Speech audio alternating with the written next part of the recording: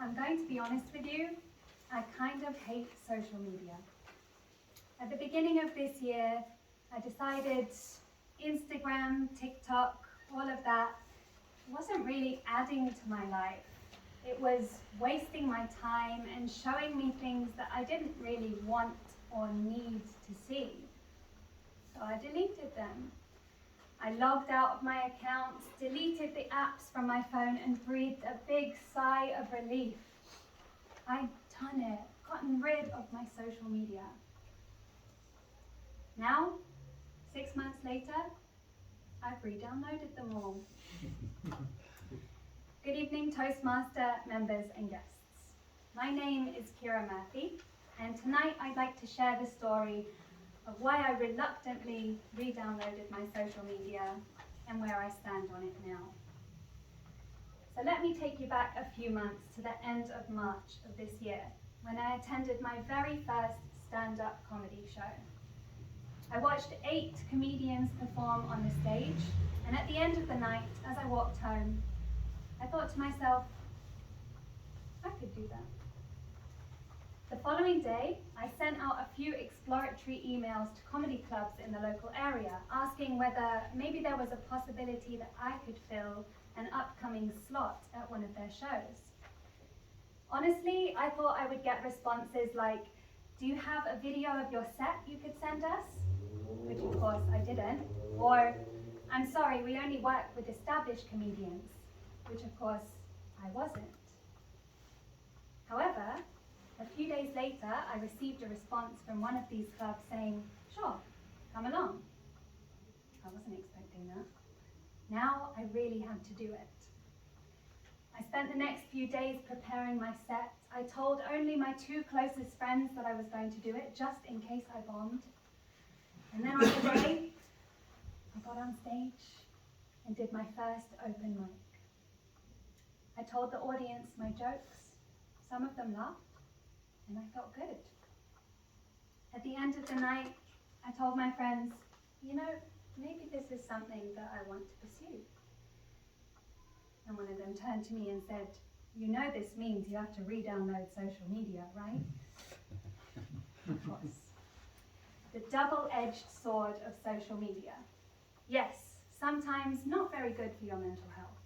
Sometimes a complete waste of time, but entirely necessary if you want to make a name for yourself. So I got on my phone, went to the App Store, re-downloaded Instagram and TikTok, and I created a new profile, this time at Ciara Murphy Comedy. I stared at this new profile that I'd created. 0 posts, 0 followers, starting from scratch. You see, the last time I'd had social media, I was doing it for me, Ciara Murphy, for fun. I was just posting these photos for my friends, and so the likes and the followers, they didn't really matter. This time around, I was posting as a brand, Ciara Murphy Comedy. And those likes, followers, and views, apparently they were all that mattered. But I didn't know how to get them. So what do you do when you don't know how to do something?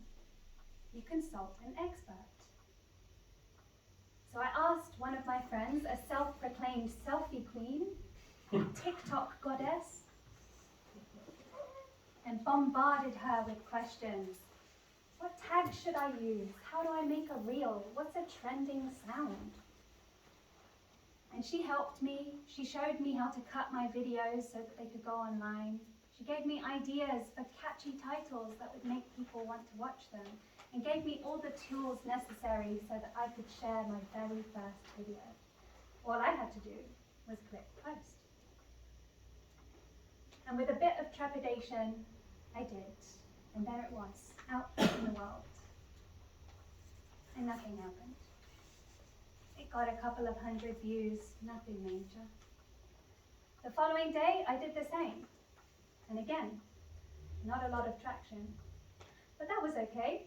I was doing it, I was getting my videos out there, my comedy was available for clubs and promoters to see, and maybe along the way, 1 or 2 people might laugh at my videos and drop me a follow.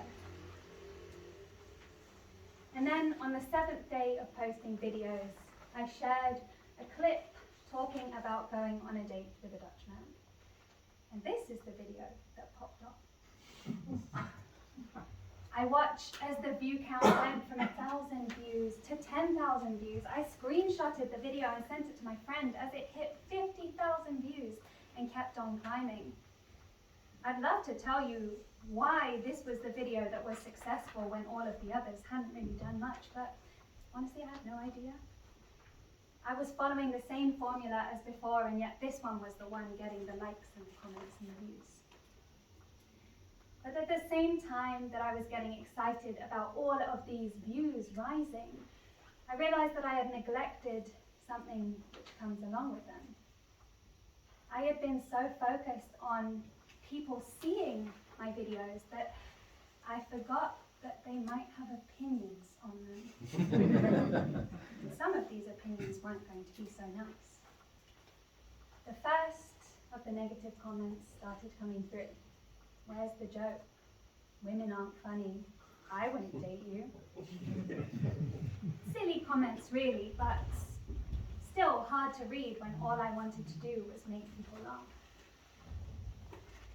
I'll admit, at the beginning, these comments did get to me, but the more time went on, I realized that these haters are just exactly that, right? Haters. And the fact that they feel the need to express what I consider quite unnecessary comments on other people's content probably says more about them than it does about my comedy. Besides, a handful of hate comments shouldn't really take away from all of the love and support that I should have been looking at anyway.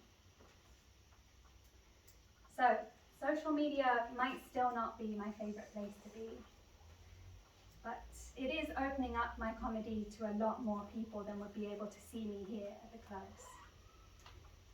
I'm still learning how to use it, and I'll be honest, I don't know if I'll ever understand why some things work and some don't, but I'm trying.